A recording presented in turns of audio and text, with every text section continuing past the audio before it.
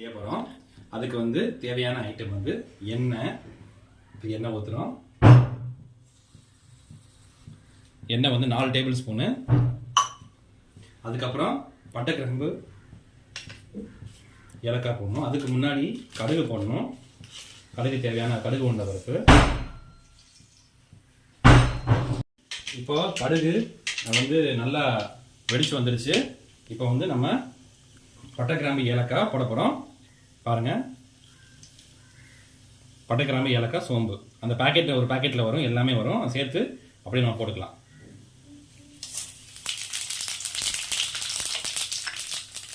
அடுப்பை சிம்மில் வச்சுக்கோங்க. அப்புறம் வந்து பிரிஞ்சி இலையை வந்து நம்ம வந்து பிச்சு போட்டுக்கோங்க.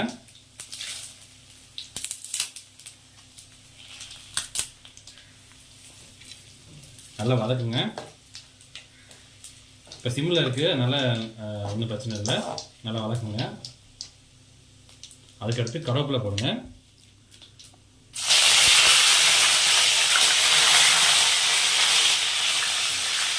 கருவேப்பிலை போட்டதுக்கப்புறம் வெங்காயம் போடணும்.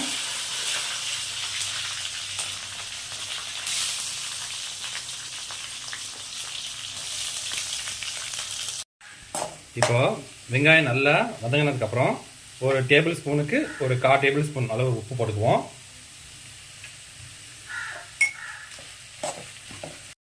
இப்போ வெங்காயம் வந்து பொன்னிறமாக வதங்கிருச்சு.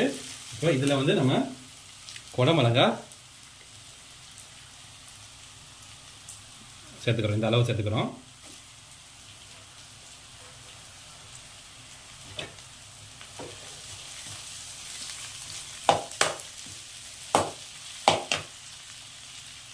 வதங்கிருச்சு. இப்போ நம்ம எடுத்து வச்சுக்கிற இஞ்சி பூண்டு பேஸ்ட் வந்து நம்ம வந்து போட போகிறோம்.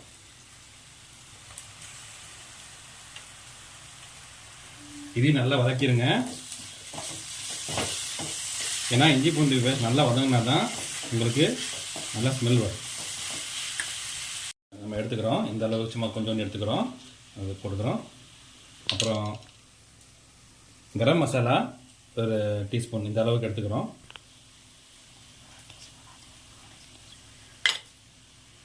நல்லா இதையும் நல்லா வதக்குங்க. இது மல்லித்தூள் நம்ம வந்து 2 டீஸ்பூன் எடுத்துக்கிட்டு போடுறோம். அப்புறம் மிளகாய் பொடி ஒரு 2 டீஸ்பூன் எடுத்துக்கிறோம். எடுத்துக்கிறோம். மல்லித்தூள் 3 டீஸ்பூனு, மிளகாய் பொடி 2 டீஸ்பூன் எடுத்துக்கிறோம். நல்லா வதக்கணும். இப்போ தக்காளியும் பன்னீர் இருக்குது. இப்போ தக்காளி வந்து நல்லா அரைச்சி வச்சுக்கிட்டோம். ஒரு 3 தக்காளி நல்லா அரைச்சி வச்சுக்கிட்டோம். இப்போது இந்த கிரேவி வந்துருச்சு. நல்ல கிரேவி மாதிரி ஆயிடுச்சு பாருங்கள். இப்போ வந்து நீங்கள் இந்த தயிரை வந்து ஒரு 2 டீஸ்பூனு இந்த அளவுக்கு, 2 கரண்டி இந்த அளவுக்கு எடுத்து போட்டுக்கோங்க.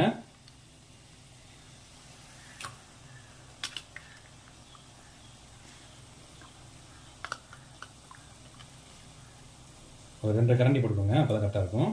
இந்த அளவுக்கு நல்லா வதக்கிக்கோங்க. இப்போ வந்து நம்ம உப்பு இருக்கான்னு டெஸ்ட் பண்ணோம். டெஸ்ட் பண்ணி பார்த்துட்டோம்னா நமக்கு வந்து தேவையான அளவு வந்து நம்ம இந்த நமக்கு உப்பு வந்து கம்மியாக இருந்தது, அதனால் தேவையான அளவு போட்டுக்கிட்டோம். போட்டு அடுத்து வந்து பன்னீரை வந்து நம்ம சேர்க்க போகிறோம். ஃபஸ்ட்டு உப்பு நல்லா வதக்கிக்கோங்க. அப்புறம் இப்போ பன்னீர் சேர்க்க போகிறோம். பன்னீர் நல்லா கிரேவி ஃபுல்லாக வந்து படுற மாதிரி நல்லா வந்து சேர்த்துக்கோங்க.